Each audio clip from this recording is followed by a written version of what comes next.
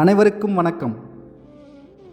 அருள்மிகு கருந்தடங்கண்ணி உடனுறை அருள்மிகு சிவக்கொழுந்தீஸ்வரர் திருக்கோவில் கடலூரில் இருந்து சுமார் 25 கிலோமீட்டர் தொலைவில் அமைந்துள்ளது. கடலூரிலிருந்து சிதம்பரம் செல்லும் சாலை வழியே மேட்டுப்பாளையம் என்னும் இடத்தில் வலதுபுற சாலை வழியாக சென்றால் 5 கிலோமீட்டர் தொலைவில் தீர்த்தனகிரி என்ற இத்தலத்தை அடையலாம்.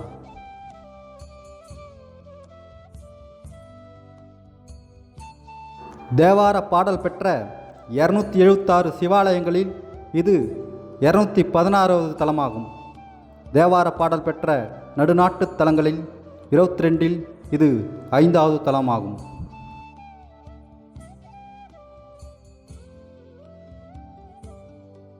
இறைவன் பெயர் சிவங்கரேஸ்வரர், திருந்தீஸ்வரர், சிவக்கொழுந்தீஸ்வரர்.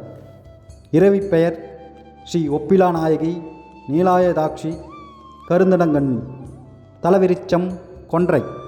தீர்த்தம் ஜாம்புவ தீர்த்தம். புராணப் பெயர் திருத்திணை நகர்.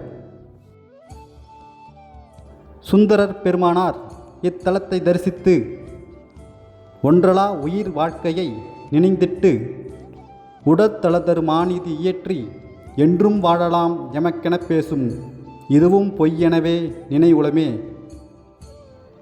குன்றுலாவிய புயமுடையானை கூத்தனை குழாவி குவளைத்தோ சென்றலாம் பயில் திருந்தினை நகருள் சிவக்கொழுதினை சென்றடை மனனே எனத் தொடங்கும் திருப்பதிகம் பாடியுள்ளார். இத்தல இறைவன் சுயம்புமூர்த்தியாக அருள்பாலிக்கிறார். இக்கோவிலில் ராஜகோபுரத்திற்கு முன்பே கொடிமரமும் பலிபீடமும் நந்தி மண்டபம் அமைந்திருப்பது சிறப்பானதாகும்.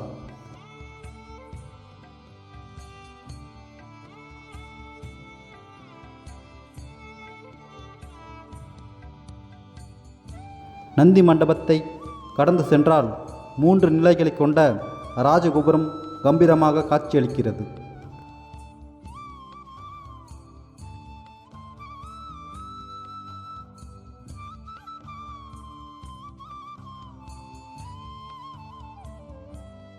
அதனை கடந்தால் நேராக பிரதோஷ நந்தி காட்சியளிக்கிறார். அவர் முன்பே 35 துவாரங்கள் கொண்ட அழகிய சாளரம் அமைந்திருக்கிறது.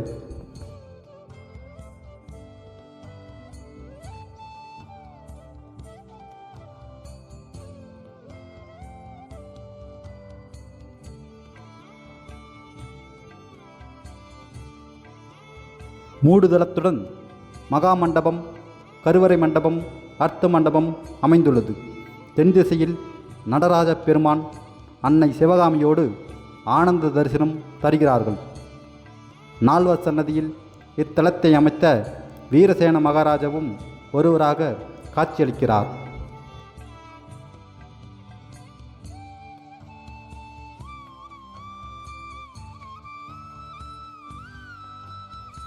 நர்த்தன விநாயகர் புடைப்பு சிற்பமாக இருக்கிறார்.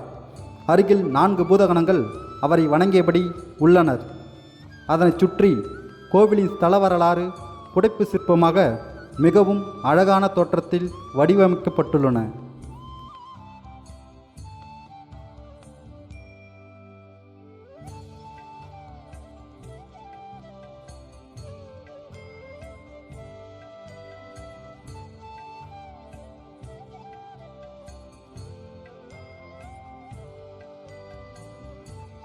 இக்கோவிலின் தனி சிறப்புகள்.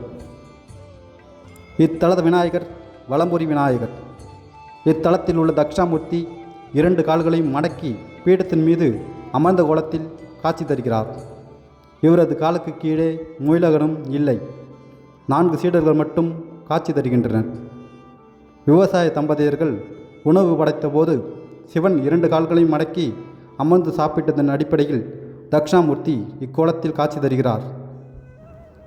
இவரிடம் வேண்டிக் கொண்டால் உணவிற்கு பஞ்சம் இல்லாத நிலை ஏற்படும், விவசாயம் செழிக்கும் என்பது நம்பிக்கை. இத்தலத்தில் நடராஜர் ஆனந்த தாண்டவ கோலத்தில் தனி சன்னதியில் இருக்கிறார். அவருக்கு கீழே திருமால் தனது ஆயுதமான சங்கை வாயில் வைத்து ஊதியபடியும் அருகில் பிரம்மா மத்தளம் வாசித்தபடியும் அருள் காட்சி தருகின்றனர்.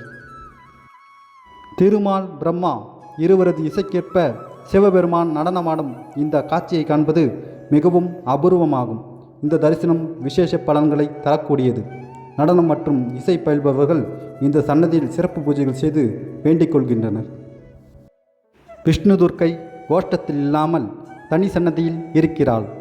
மகாவிஷ்ணு மற்றும் பிரம்மா ஆகியோரின் சிலைகள் கருவறையின் பின்புறம் லிங்கோத்பவனின் இருபுறமும் வழிபடும் நிலையில் காணப்படுகின்றன.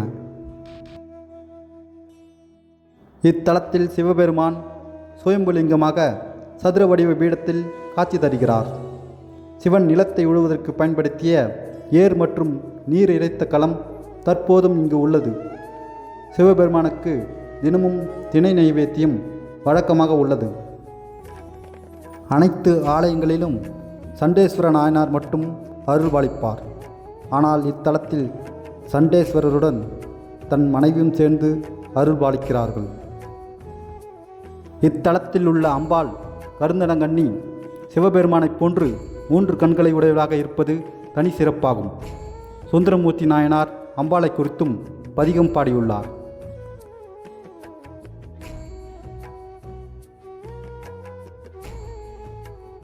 ஸ்தல வரலாறு.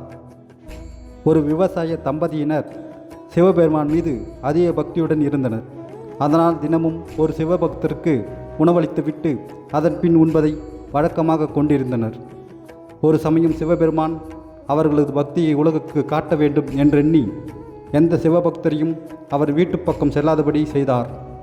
எனவே விவசாயி தோட்டத்தில் உள்ள பணியாளர்களுக்கு உணவு கொடுக்கலாம் என்று நினைத்து தன் மனைவியுடன் தோட்டத்திற்கு சென்றான். ஆனால் அங்கும் பணியாளர்கள் ஒருவரும் இல்லை. எனவே அவர்கள் நீண்ட நேரம் அங்கேயே காத்திருந்தனர். அப்போது அங்கே ஒருவர் வர அவரை பார்த்து விவசாயி தங்கள் வீட்டில் அன்னதானம் சாப்பிட்டு செல்லுமாறு கூறினான். ஆனால் அவரோ, நான் உழைக்காமல் எதுவும் சாப்பிட மாட்டேன். எனவே உன் தோட்டத்தில் எனக்கு ஏதாவது வேலை கொடு, அதற்கு கூலியாக வேண்டுமானால் சாப்பிடுகிறேன் என்றார். விவசாயியும் அதற்கு சம்மதித்து தன் தோட்டத்தை உழும்படி கூறினான். தம்பதியர் இருவரும் வீட்டிற்கு சென்று உணவை எடுத்துக்கொண்டு திரும்பினர். என்ன ஆச்சரியம்! ஒரே நாளில் உழுது பயிரிட்ட திணைப்பயிர்கள் முழுவதும் நன்கு விளைந்து கதிர்கள் முற்றி அறுவடைக்கு தயார் நிலையில் இருந்தன. இதனை கண்ட விவசாயி அவரை அருகில் இருந்த கொன்றை மரத்தின் அடியில் அவருக்கு உணவு பரிமாறினான். அவர் சாப்பிட்டு முடித்ததும் ஆச்சரியத்துடன் அவரை நோக்கி, எப்படி ஒரே நாளில் திணைப்பயிர்கள் விளைந்தது என சந்தேகத்துடன் கேட்டான் விவசாயி. அடைவராக வந்தவர் உடனே அந்த இடத்திலிருந்து மறைந்தார். அப்பொழுதுதான் வந்திருப்பது சிவபெருமான் என உணர்ந்து இறைவனை அங்கேயே எழுந்தெழும்படி வேண்டினான். அவன் வேண்டுகோளுக்கிணங்க சிவபெருமான் சுயம்பு மூர்த்தியாக தோன்றினார். ஒரே நாளில் திணை விதைத்து வளர்ந்ததால் இப்பகுதிக்கு திருத்திணை நகர் என்று பெயர் வந்தது. காலப்போக்கில் இப்பெயர் மருவி தீர்த்தனகிரி என்றானது. சிவபெருமான் உணவு சாப்பிட்ட கொன்றை மரம் கோவில் பிரகாரத்தில் உள்ளது.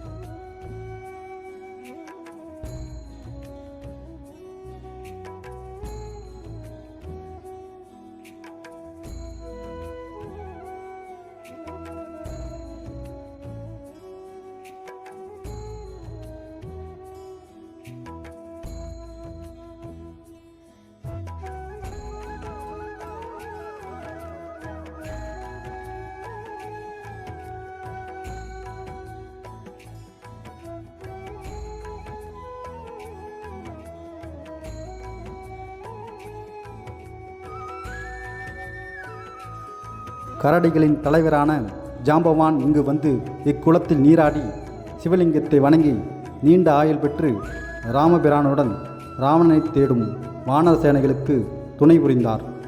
அம்பாள் சன்னதியில் இவர் பூஜித்த சிவலிங்கம் உள்ளது. எனவே இத்தல தீர்த்தம் ஜாம்பவ தீர்த்தம் என பெயர் பெற்றது. மற்றும் இப்பகுதியை ஆண்ட வீரசேன மன்னனுக்கு வெண்குஷ்டம் இத்தலத்தில் நீராடியவுடன் முற்றிலும் குணமாகியது. அதனால் இக்கோவிலை அவனே கட்டினான் என்பது வரலாறு.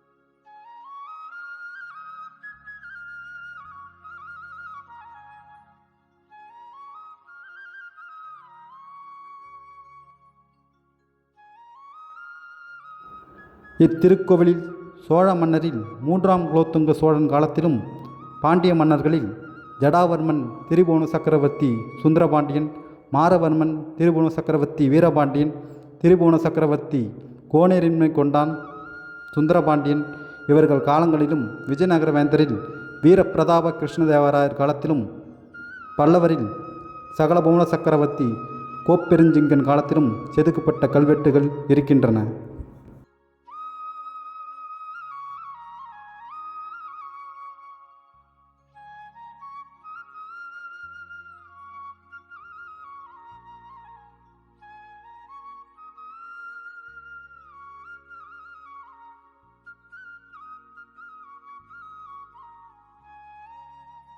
கலைகளில் சிறந்து விளங்கும் ஆற்றலும், விவசாயம் செழிக்கவும், தோல் சம்பந்தப்பட்ட நோய்கள் நீங்கவும் இத்தல இறைவனை பிரார்த்தனை செய்து வேண்டிக் கொள்கின்றனர்.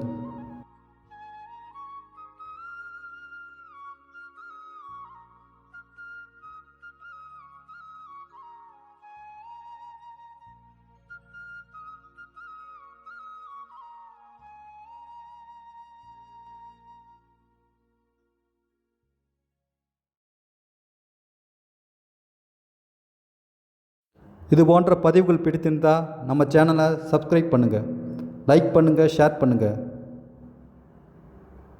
குருவடி சரணம், திருவடி சரணம். நன்றி.